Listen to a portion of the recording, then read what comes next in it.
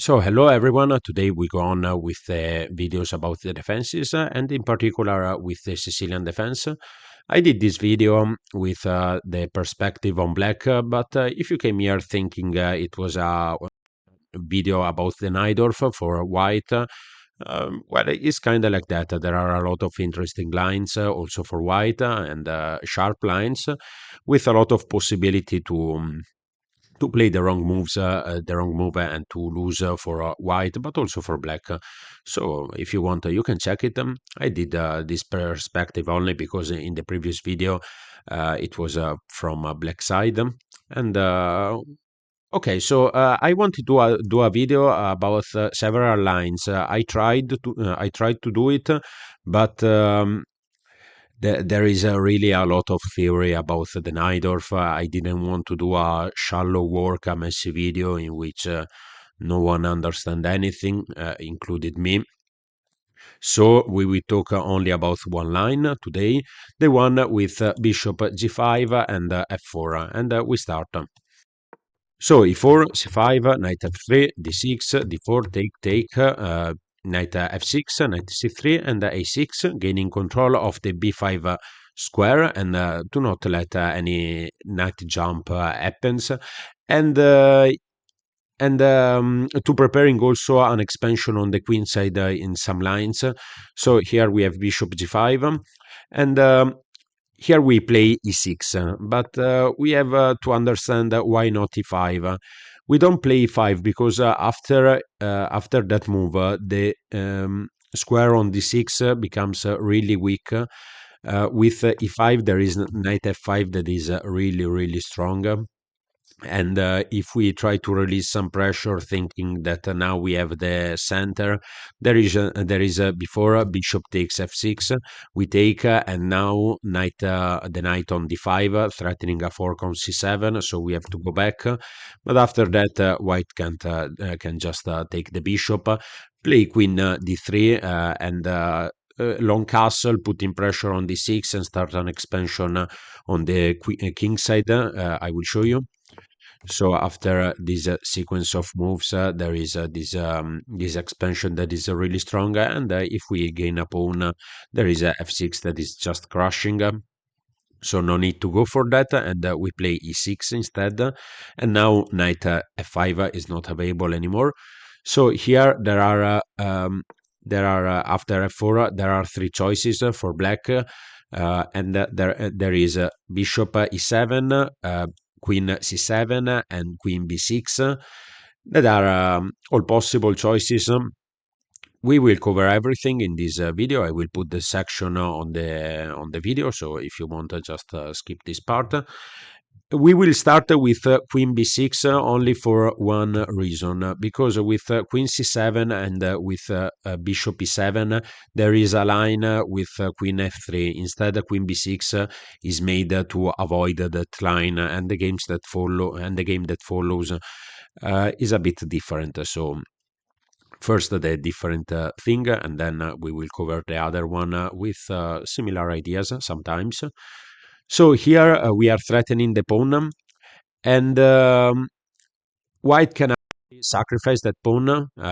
First, if it takes, we will take back, and even if it seems strange, we have the bishop pair. Our center is stable and solid, and it's not a problem if the king is in the middle. So we will not cover that. We will cover queen d2 instead. So after queen d2, we can take back. We can take the pawn. We could also play knight c6 here, but after knight c6 there is knight b3, and well, the way to play for an advantage in this type of variation is to take the pawn on b2. So rook b1, queen a3, and here the again if black takes on f6 is not a problem. Here white can do two things, in my opinion. The first one is f5. The second natural developing move is bishop c4. That is an inaccuracy. So let's check before why bishop c4 is an inaccuracy. Well, first for the square on 5, but let's check why. C4, First, we play knight d7, and here to cover to protect even more our knight and to meet f5 with this push on e5. And now there is bishop e7, and we are able to castle and to stabilize a bit the position, and we are still up a pawn. So after castle, we can play first h6. But the only thing that we have to remind is that here is better to take with the bishop, because after knight d5 we can castle. Instead, with knight takes, after knight d5 we can't castle because the bishop on e7 is hanging. And I know that this bishop on f6 is strange, but we are up a pawn, and the advantage is that for us, so it's not a problem. And so bishop c4 is not the best option for this. Also because then we will be able also to play in the future knight c5 trade with tempo on the king. So it's not the best choice. What could do instead that bishop 4 is play f5 now, and with f5. Well, we can play knight c6. So we don't want to close the center because then bishop takes f6 is really strong, and this bishop has no future, and we also lose control of the d5 square. So there is no need to go for that, and we will play knight c6.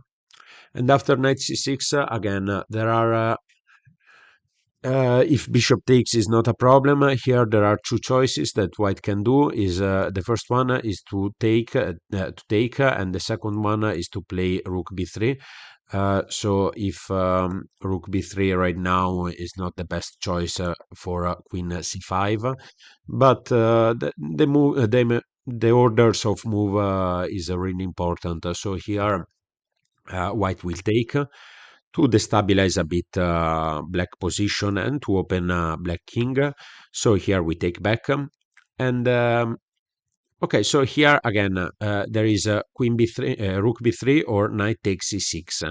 We will first check knight takes c6 because with this is not available queen a5. With rook b3 instead is available. So let's check knight takes c6. Here we take back bishop e2, bishop e7, and castle and castle. And here after rook b3, we have to play queen c5 because if queen a5, this move is just crushing. Here white is threatening our queen. And if we take, they will first take with the knight. So after I will show you really quickly because it's a really strong, is a really hard this variation. So white takes back, we take back, but after e5 to open the position, if we move our knight, they can just take back, and after this sequence of moves, they can sacrifice the rook. If we take with the king, we lose this rook. If we take with the bishop, there is this check, and we lose the rook. So really strong this variation. So here we want to play queen a5, queen c5, sorry, check. And here there is bishop e3 threatening the queen. The only available square is queen e5, and after queen f4, here there is a chance of repeating the moves like this, but white can also move his king, and if this happens, we can take advantage of the f2 square. But here we could also choose a less accurate line and play knight takes e4. And after bishop takes, we are better because we can take first the rook and then take the queen. But if knight takes instead, this is all kind of forced. We will take, and after this sequence of moves, after bishop f6, here Everything is fine. It's not a problem. After these moves, we will play a5. This move is not available because there is a rook a6 threatening both bishops, and to cover the bishop on c6, the rook should go on c3, but this bishop is cutting off the square. So this is an idea. Let's check now what changes if rook b3 instead that knight takes c6. Okay, here on rook b3, instead we have the possibility to play queen c5, but also queen a5. And after queen a5, knight takes, and this sequence here we don't castle, otherwise we will enter in the same variation of before, but we play first rook a7. And this is protecting the bishop, so the next move we will castle, and if bishop e3, we can play rook b7 and trade everything. Remember that we are still up a pawn, so life is pretty good on this variation. And for the variation with queen b6 is everything. So let's check now queen queen c6, c7. Okay, on this position with queen c7, white could trade, but again, this is not a problem. White is better, but it's nothing so special. Here we can simply develop, and after the long castle, we will play knight c6, and here we can take with queen that is more accurate, but even with the bishop is not the end of the world. Here we can long castle, and we are temporarily sacrifice this pawn because well, we will give back a bit of material, but after queen e7 everything is stable, so it's not a problem. Instead, what I wanted to show you is this variation in which after queen f3, there is the possibility to play knight d7. We will not play bishop e7. That is also possible because we will enter in the variation that I will show you later.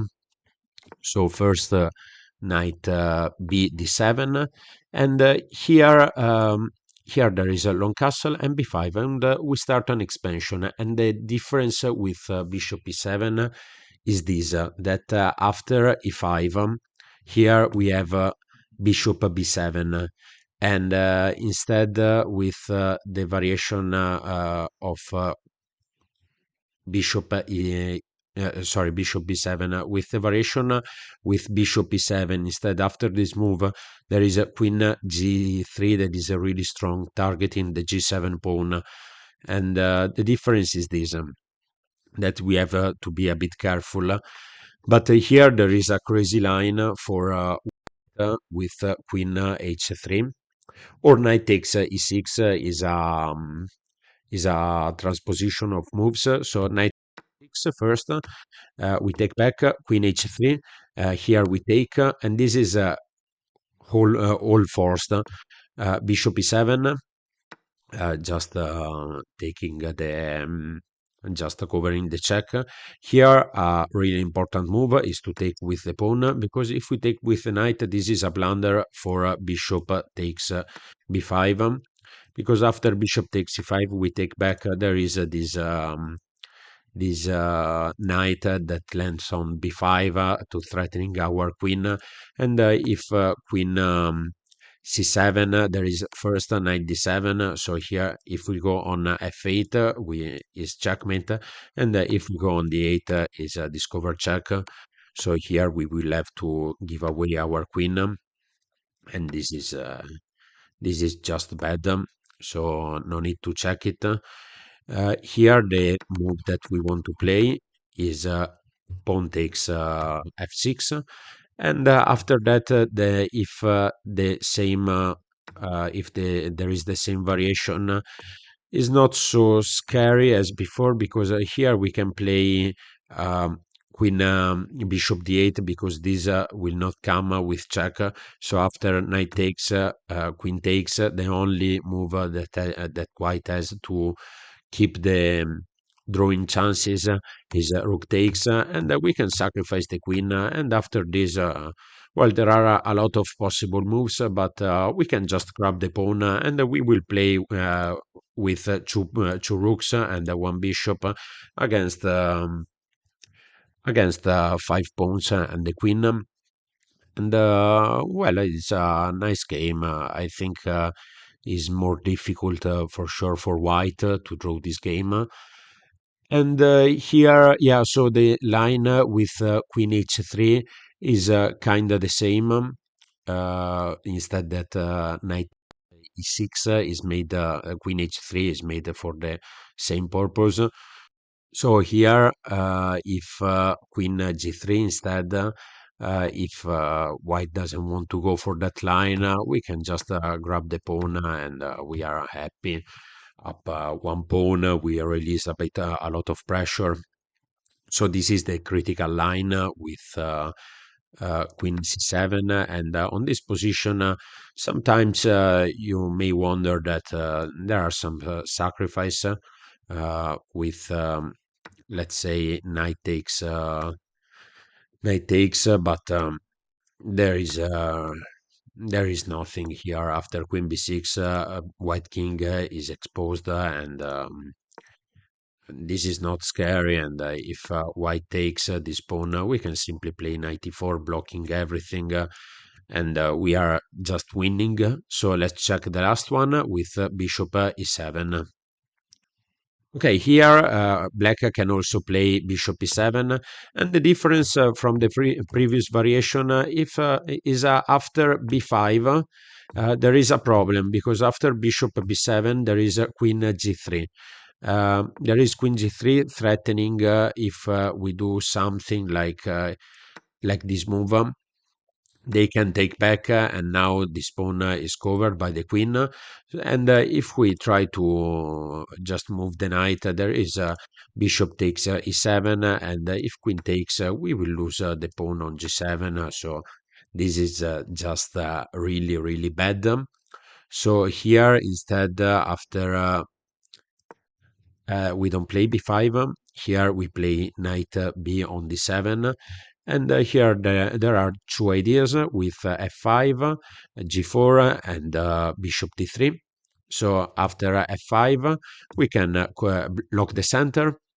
And after knight b5, b3, we can simply play b5, starting an expansion. If something like this, well, now knight d5 is not available because there is the bishop that is hanging. But if they trade, we can take back with knight just to take control of the d5 square. And if knight lands there, we will simply trade and place the bishop on b7, putting pressure in all white position.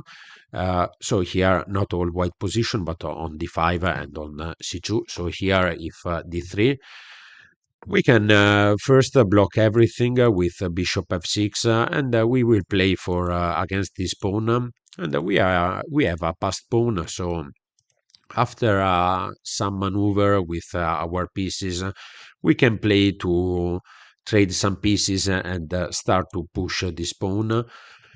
So it's for sure a comfortable position for well, for both sides, I have to say, because here there are also ideas attacking on the king side. So everyone needs to be careful. And let's check the idea with g4 instead. Instead that f5. Here there is also g4, and after g4 we can play h6.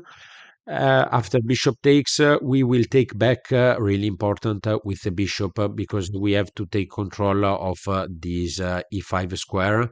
So after h4, we can just move our knight, and trade some pieces, bring the queen into the action, and after that we can simply develop, and our bishop will land on c6, fighting for this diagonal. And also this is a nice position. If white decide to take, it will only benefit us, because we will activate this rook for free. And if rook d4 There is nothing special about this. We can push e5, fix this weakness, and if they trade, we can take with the queen. And as I told you, we will fight for this pawn. Then we will activate the rook at the right moment. White is slightly better, but uh, nothing so special. So the last idea is not f5, but the last idea is bishop d3. And on bishop d3, we can play b5 again. Really similar ideas. This is the type of setup that we want to reach. Here there is a queen g3 to threaten again the g7 pawn, and we can just push before and then trade a bit of pieces.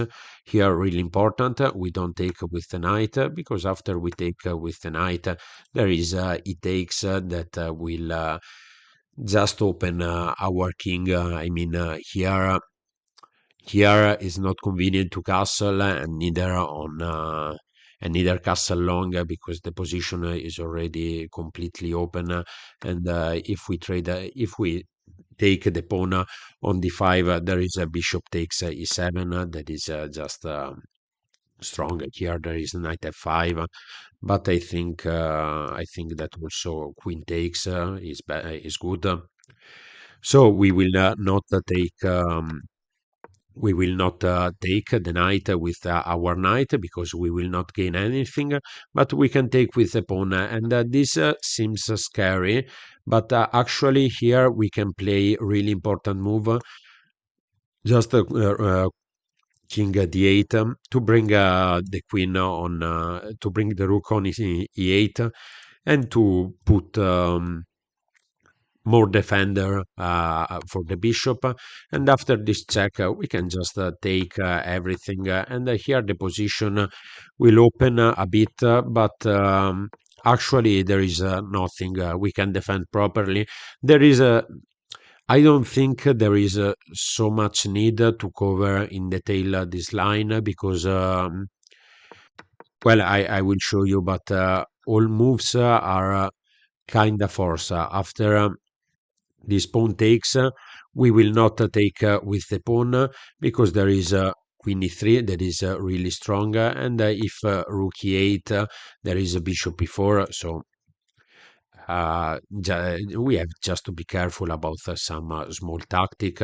And if we take with the bishop instead, there is again bishop e4 that is really strong.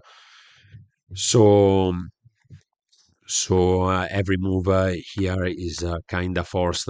We will take with the knight to protect the bishop, to protect the e4 square, and after the queen takes, we will just move the rook on the most normal square.